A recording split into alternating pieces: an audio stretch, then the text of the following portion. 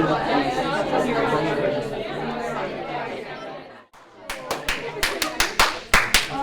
actually worked! I used to be a teacher, so are there any other teachers in the room? How good a crowd have we got? So I'm Tash. I think I've made my way around to most of you and said hello, but thank you so much for being here. We're super excited. We had to keep bringing more chairs out, so I think that's a sign of what this community means and how excited we all are to be here tonight. So before we get started, we're running a super high-tech operation. I'm just going to go do an acknowledgement of country and then I'll talk you through a little bit about tonight. So I would like to acknowledge the traditional custodians of this land, the Kaurna people, and pay my respects to any elders past, present and future. One of the things I like to do with an acknowledgement of country is actually give everyone a bit of an action. This was something that someone taught me to do in some training I did recently, and I was like, I love that. So the action I'm going to give you all is to find your Dreamtime story from your hometown. So I recently did this because I was interested in, what it means to be Central Coast, which is where I live and now proudly part of Adelaide. And there's actually this big rock which exists in a campground I often go to. It's at the back of Wollombi Pub, if anyone knows Wollombi. And it's this massive rock. And anyway, everyone always takes photos of it and I'm like, why are they taking photos of this rock? But it's actually this really famous Dreamtime story called Tillich the Frog. I don't know if anyone's heard of it. But basically the story is that there was this really greedy frog who on a really hot day woke up really early and he drank all the water and he started choking. And instead of the frogs all around him going, hey, that's your fault, you just drank all our water, thanks. They tried to make Tillich laugh, and after making him laugh, he coughed up all the water. The community then had water they could drink from. Frog was happy, everyone had a bit of a laugh. So anyway, hopefully that story encouraged you to find your own Dreamtime story. But making sort of a link to here today, hopefully it's also the start of us being a bit of a community together. A couple of laughs along the way tonight, and also a bit of fun as we delve into design. So we do have an amazing panel. Maz is going to run through that, which I'm super excited about, or Maria. But I'll go through some of the boring stuff, which I always forget to do. So I have got a couple of notes just to make sure I stay on track. Toilets. We unfortunately do have a locking system on our doors. If you're busting, don't worry, you can get out, you just can't get back in. But that's okay. We'll be able to help you out. We'll have someone sort of watching around out there. All you have to do is just wave your hand over a little button that exists right near the door, and then as you come back in, we'll have someone watching to make sure you can enjoy the space. If you hear or smell smoke, if you hear fire, you smell smoke, yep, just checking we've got all our senses right.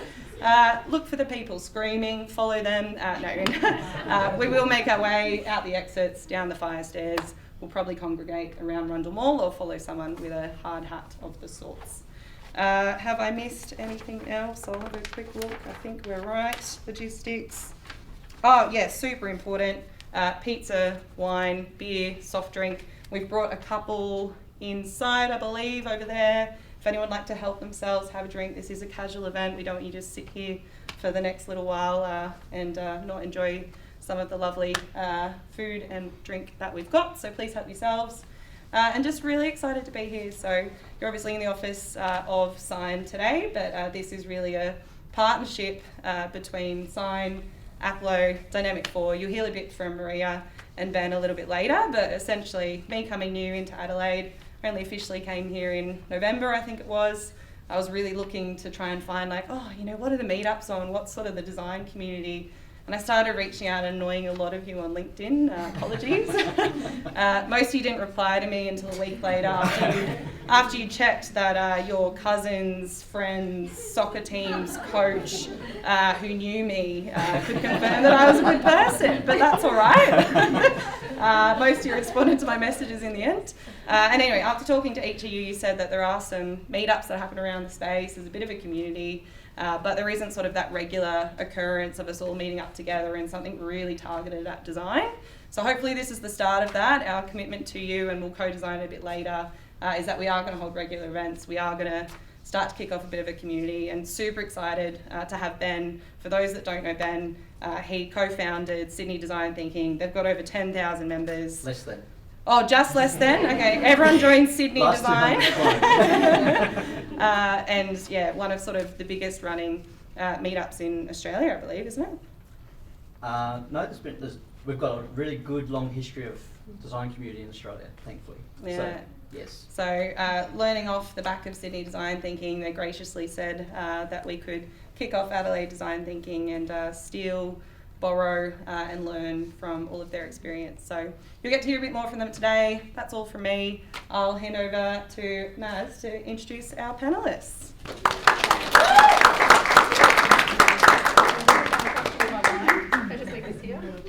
Not a chance. Thanks so much, Tash.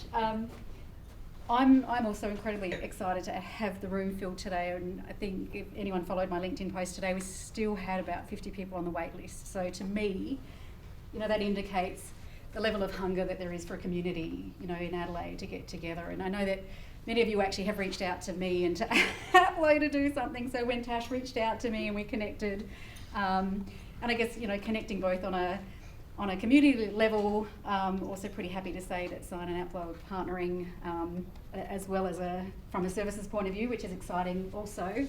But it takes a lot of logistics to pull this sort of thing off. So having Ben and the expertise that you bring, having done this for over a decade, and Tash, you've been part of it, so you've experienced the value of it. And then, the team of folks up the back, that mostly in the walnut, not poo brown shirts. Sorry, team.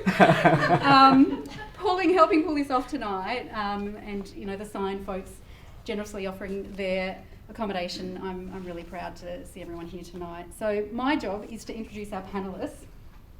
2 of 3 I know quite well, and I'm lucky to call my friends. I've shared several dirty margaritas with them historically, so if you hit me up afterwards, I will share some fun facts, but I'll probably share more after a few beers.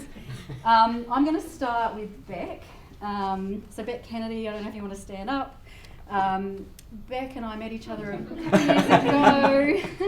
Bek is actually the Enterprise Service Design Lead for AFSA, which is Australian Financial Securities Authority, federal government, and once upon a time a lawyer. I actually didn't know that.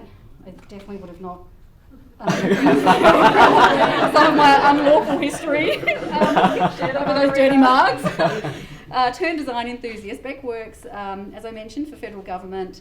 They love their work and the team, and I've seen that firsthand. The thing I love about what Bek does is, she comes to the work with this internal curiosity, loves to continually, lift her knowledge, read and learn, collaborate to solve tricky problems, all about creating considered user outcomes and having a bunch of fun along the way. And I know that just recently Bek had the team over, federal team from Hobart and from Canberra together in 43-degree heat and still managed to have a great time. So that's an achievement in itself.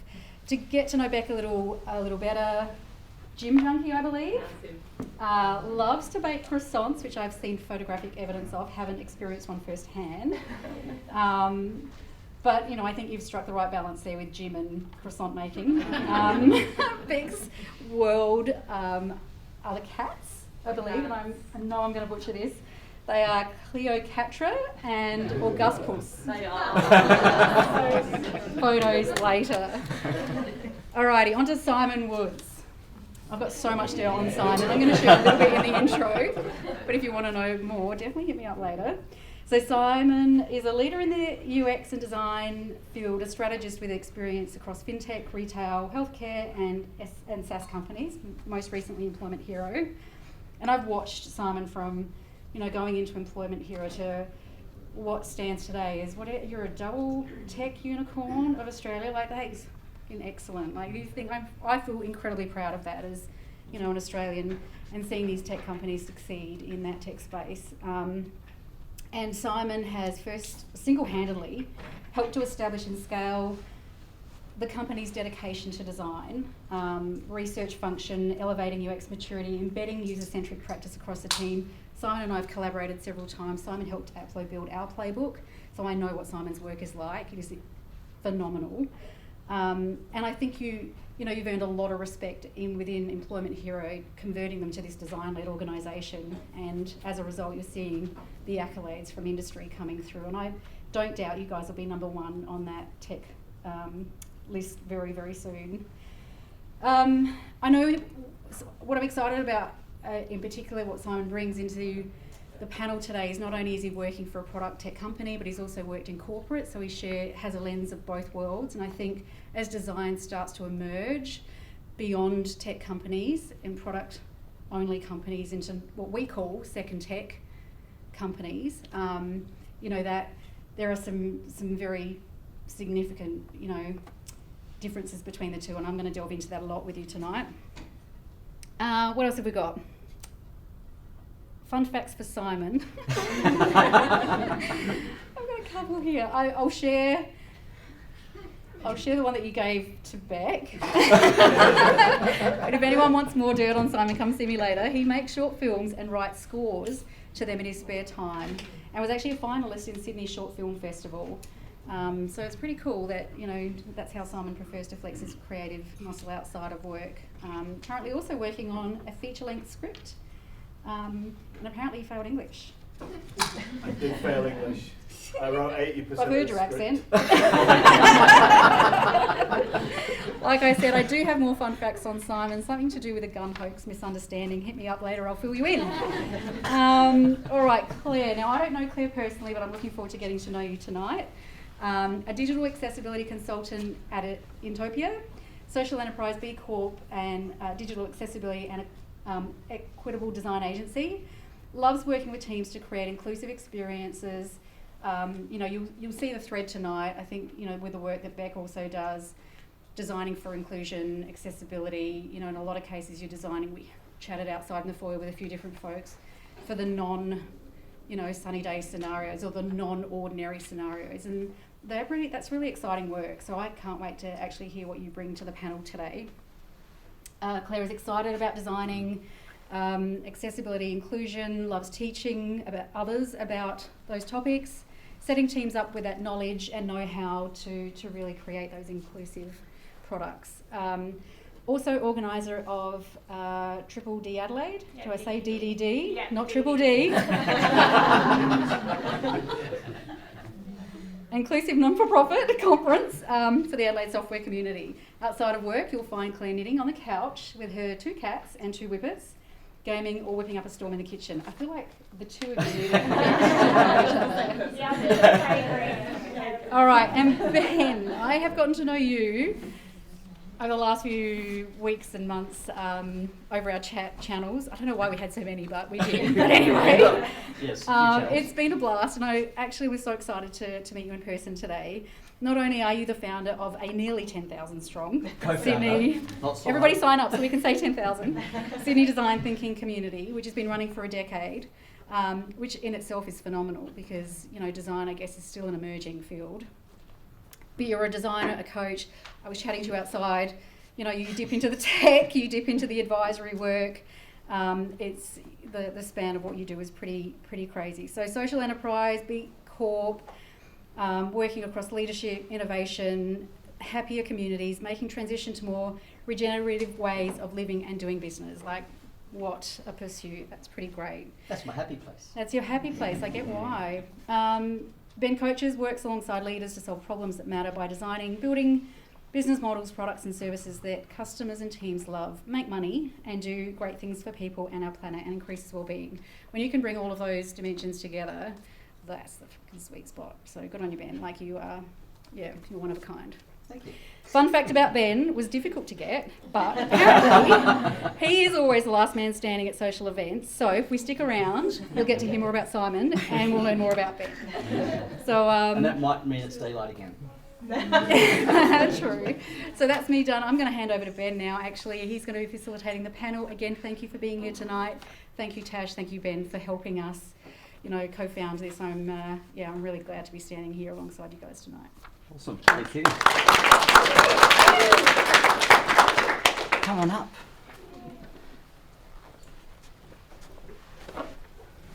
How is everyone? I can see everyone now. We alternating. So, does everyone know why we're here? You're going to start existential really to kick things off.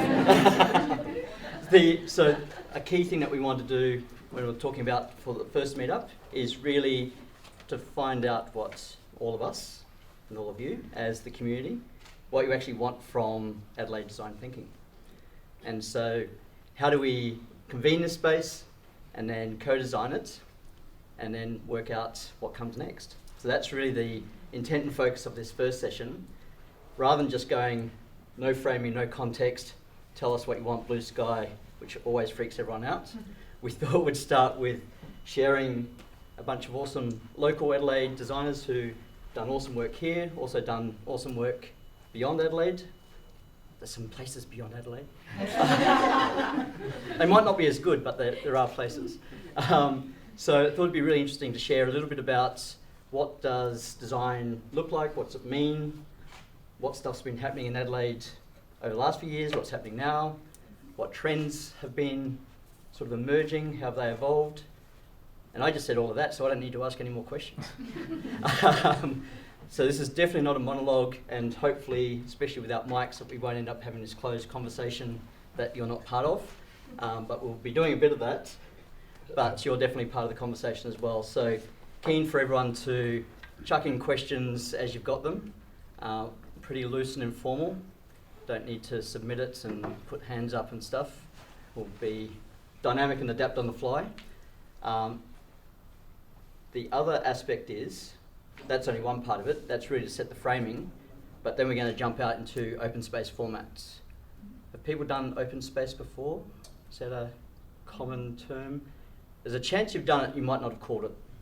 And we'll give the 4 principles and the 1 law of open space as we move into that phase of it. But this is very much an interactive participatory thing as opposed to a broadcast. So this part's the framing. That will be interactive as well. And then there'll be lots more meeting each other, having a yarn, and we'll have some specific things that we're keen to learn from you as the community at the inaugural. Where were you for the first Adelaide Design Thinking? I was right there. So that's a bit of context, hopefully.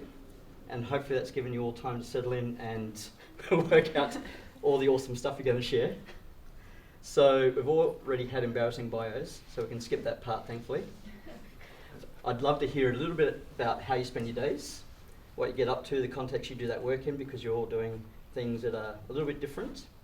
And as part of that, what does design, however you want to frame that, mean to you?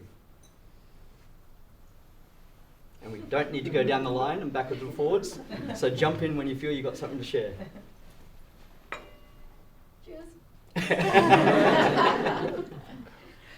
I don't mind. I really don't mind going first. Is that all right?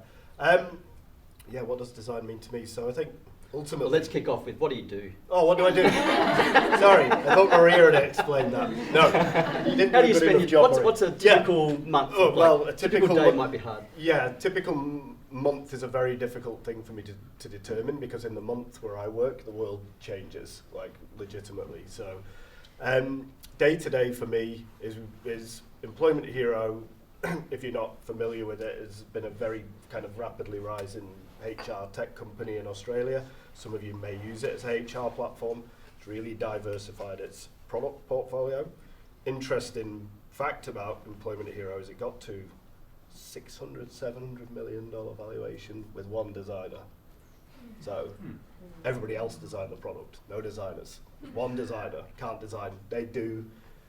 Last year we did 1,000 product releases, and compared to some big tech companies, they do 2 product releases a year. So that's a significant amount of velocity that we're seeing. So an average month is a very difficult thing for me to determine because the world changes in a month. So hyper agile environment.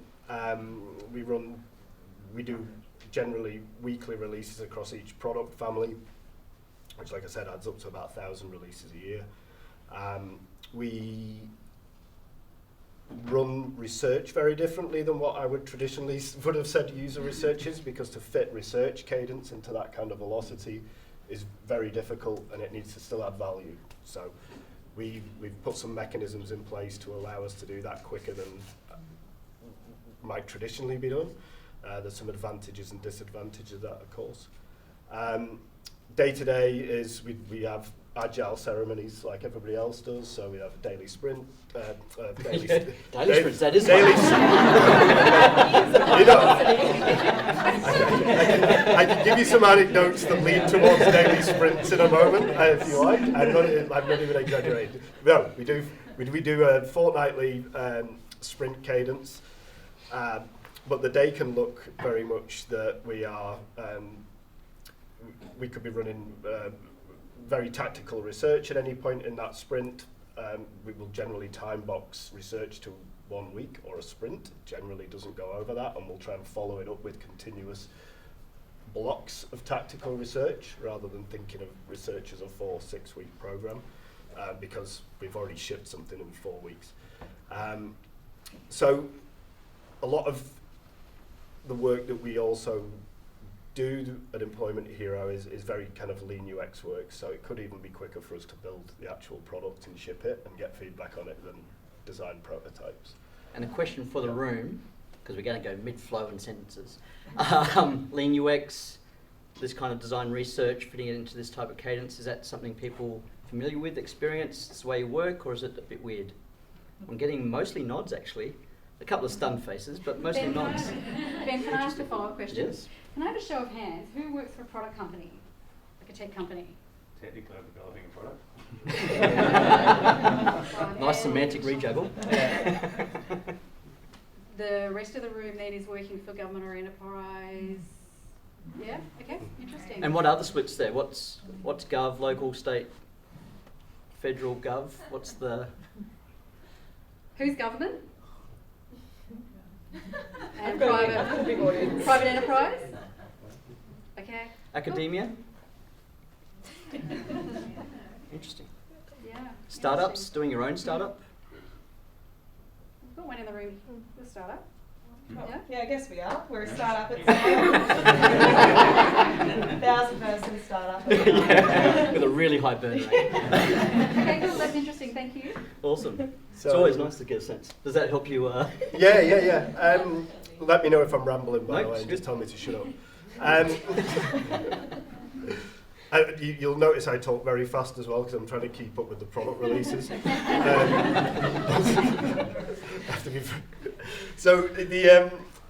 guess it's a very different environment to what I've worked in before, and to be honest with you, I think anybody who comes into it, it's faster than everywhere. Like, I can't imagine anywhere that's faster than it, if I'm honest. And for a designer, I think that can be a challenging environment, given that, you know, we can't always meet perfection. There's not a high level of craft for every release, but we're very, very iterative. So a day-to-day is we will release something, we'll learn about it very quickly, and we'll iterate, and it'll be resolved, fixed, built upon very quickly. So you're not waiting for 3 months to solve that problem.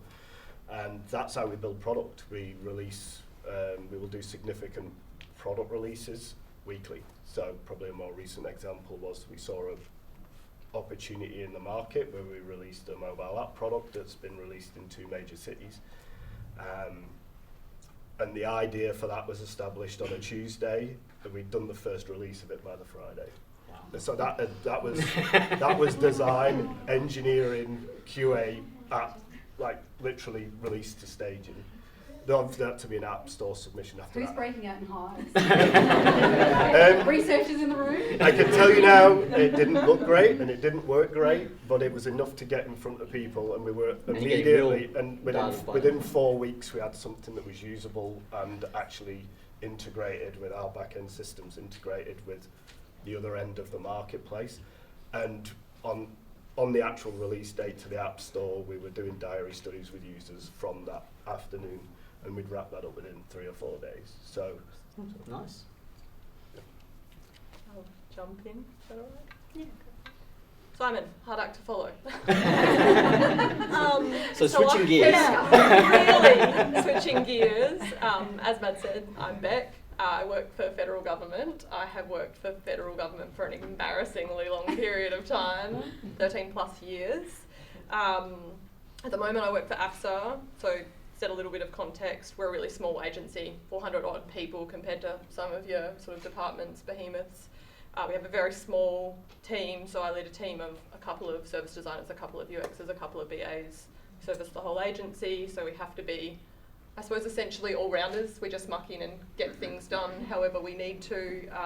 We do fortnightly sprints, but in no way do we make the sort of velocity or, I suppose, progress that Simon was talking about. And are they design sprints, or are there devs and other Devs stakeholders in the mix yeah, as well? so we partner with our tech services colleagues internally, and sometimes with partnerships depending on how many projects we have on to do that full cycle. So my team in particular work as the conduit with the business to understand user needs, do process mapping, do low-fi, high-fi prototyping, anything that is needed to be the translator between what the business and the user needs and what the devs need to get the job done.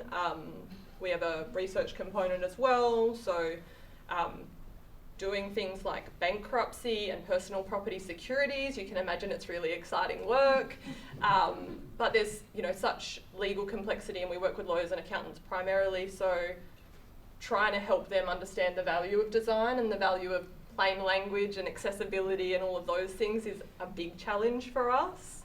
And I think as well, delivering a service like bankruptcy, it has to be available to everyone. It has to be foundationally, so doing the research that is needed to understand that client base and understand the various modifications or the various ways we need to deliver our services is really important. So our life cycle looks like, a bit of research, a bit of design, working with delivery to get what I would say is probably pretty sort of like foundational basic services delivered, but in a way that everyone can access. And each sprint would contain all of those elements? So some design research, some UX UI of some variety. We can have a sort of a longer term research or design piece going on separately to sort of one or two delivery projects at a time.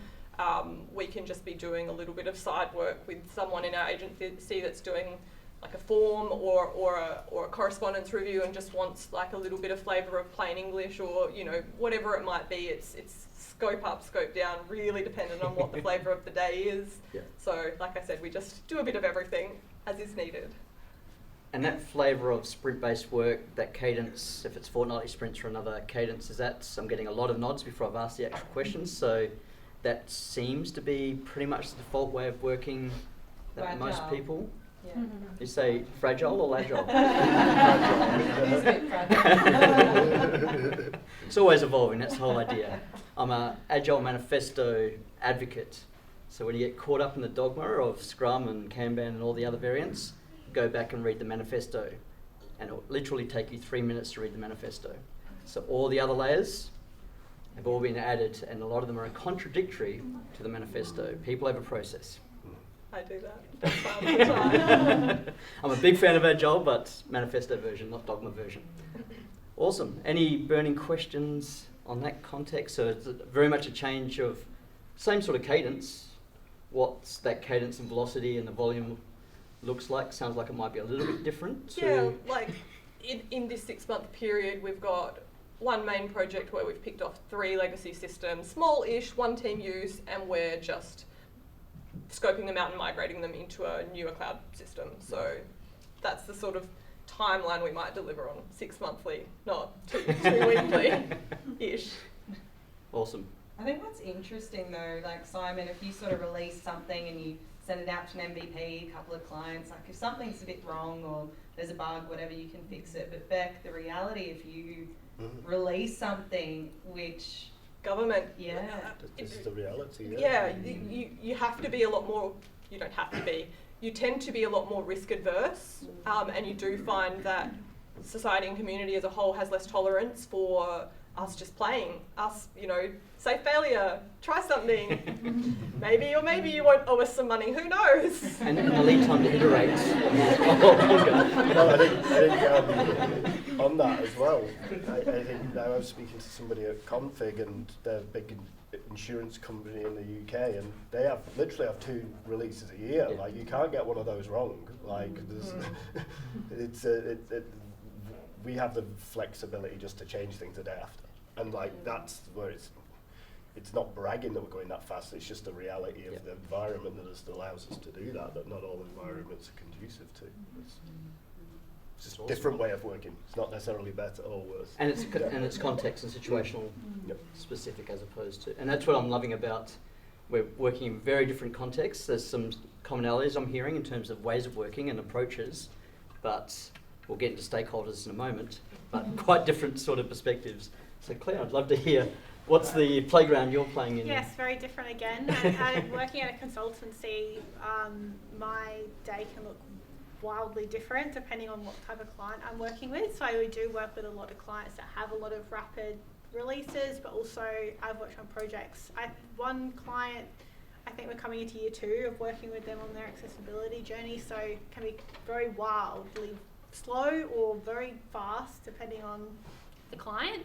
And what does accessibility journey tend to look like? I know that could mean many things, but what do you find, how would you articulate what that might mean? So for some companies, we'll partner with a design agency and work with them from the start of the project with research, working with design systems, the design reviews, all the way through to build. Some clients, it may be reactionary. So as a result of a lawsuit, we're helping them repair from the ground up, totally going through this product, what needs to shift to make it into an accessible product. And other clients are maintenance, where we're going through and helping them make sure they're sticking to their guns and working through that. So there's very wildly variant of people who are brand new, never worked with accessibility before. Suddenly they're at the end of a lawsuit and they're going, what is this thing that we're being told to do? An expensive lesson to learn. Yes, or they're very mature clients, and with them we're diving really deep and going into more than just the basics of accessibility. We're really going above and beyond with those guys to dive a lot further than the basics of accessibility. There's a lot of layers when it comes to accessibility in general, in terms of base level compliance. What do you have to do to make sure you're not totally stopping someone using a product versus like it being truly inclusive and usable for people with disabilities? So it can be very... And is compliance just a WCAG level, or are there other layers of compliance? So the main, depending on what type of product you're building, again, there's different levels of compliance. So WCAG is the Web Content Accessibility Guidelines. It's a W3C standard. Essentially, level A compliance is you're not stopping someone using your product on the basis of their disability.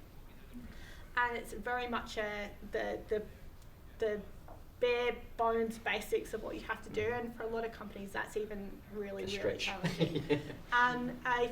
We work with clients that build products like Canva and Adobe, those types of things where you're building a product someone's going to use to make something, and then that's a whole nother set of guidelines. A tag, where you're making an authoring tool, that's a whole nother level where your product has to be accessible for people, but it also has to shit out an accessible thing for other people to use. So that's a whole nother level of stuff, but there's a lot of those kind of levels, that things to test against, guidelines for you to work with, but then there's also a lot of extra stuff. Cognitive accessibility stuff is then a whole nother level. You can work with plain language writing. You mentioned Bek, we do a lot of that as well, working through easy read, doing language reviews, working through the ISO language standards. So it can be very diverse depending on what kind of clients. We work with literally every type of business, from government to private. I think aviation's the last one we're trying to tackle, so if anyone's in the aviation space in the room, please come see me. My directors will love that. Yes, so it can be very different. From terms of working month to month, I could either be on a project that goes for months at a time, or I'll be working with 6-10 clients in a week, depending on where they're at. I might be doing back-to-back design reviews or working with one team. I quite often do coaching for teams as well, where I'll work with an accessibility team in an organisation over the course of 6 months to a year, training them. So awesome. And are you finding people are turning up primarily from a compliance lens, or because they actually want to be able to provide great experiences for people with different accessibility needs? We get a mix, and it often depends on the type of client, I guess. It's quite often perhaps government clients and clients who have mandates like telecom have quite often that compliance mindset, but then we have lots of people that come in just because they want to make a truly inclusive product, and that can be government still as well. We have a lot of government clients that are my favourite clients, that when they come in I'm like, yes, they're so dedicated, everyone on the team's on board, and there's other people you work with that are dragging their feet. They don't want to be there, they don't want to do this accessibility thing. So you really have to brings in those soft skills of working where someone's at, what are their hesitancies working with this space, and how do you bring them on board with it. Awesome.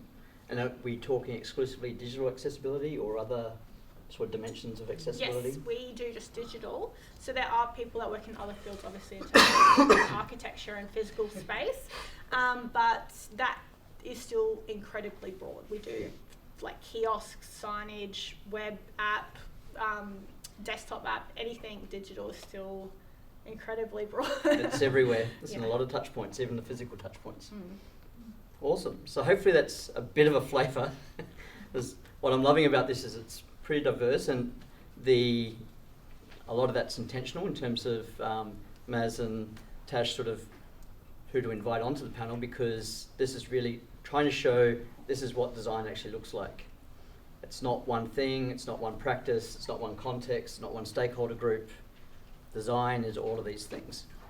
And that's what I'd love to dig into a little bit more next is, it's been implicit in a bunch of the things you've said, but I'd love to know more about the who.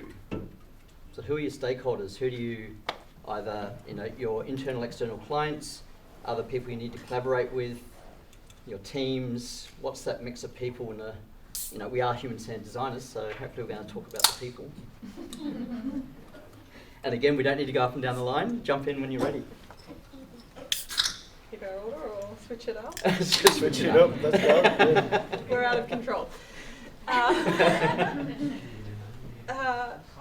Stakeholders is such a broad thing for me. Obviously, it can be literally anyone.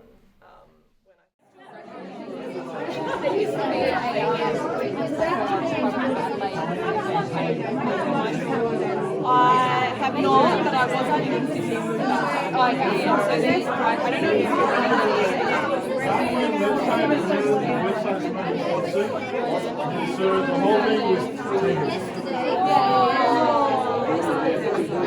Hello.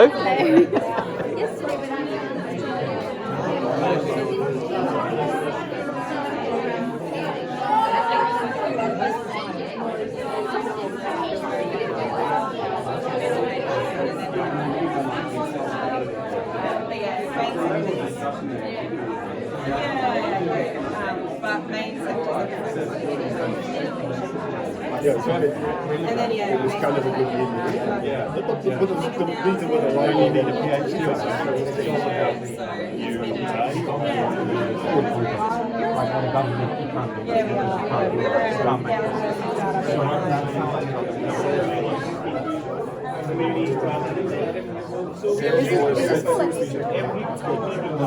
This is where all the butterflies are.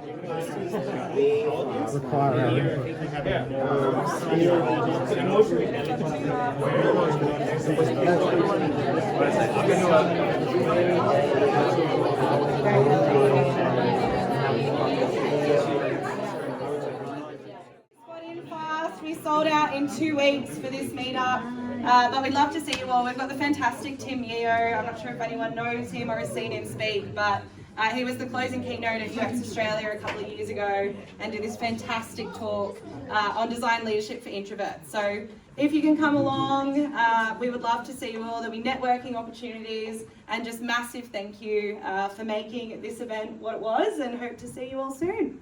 Thank you.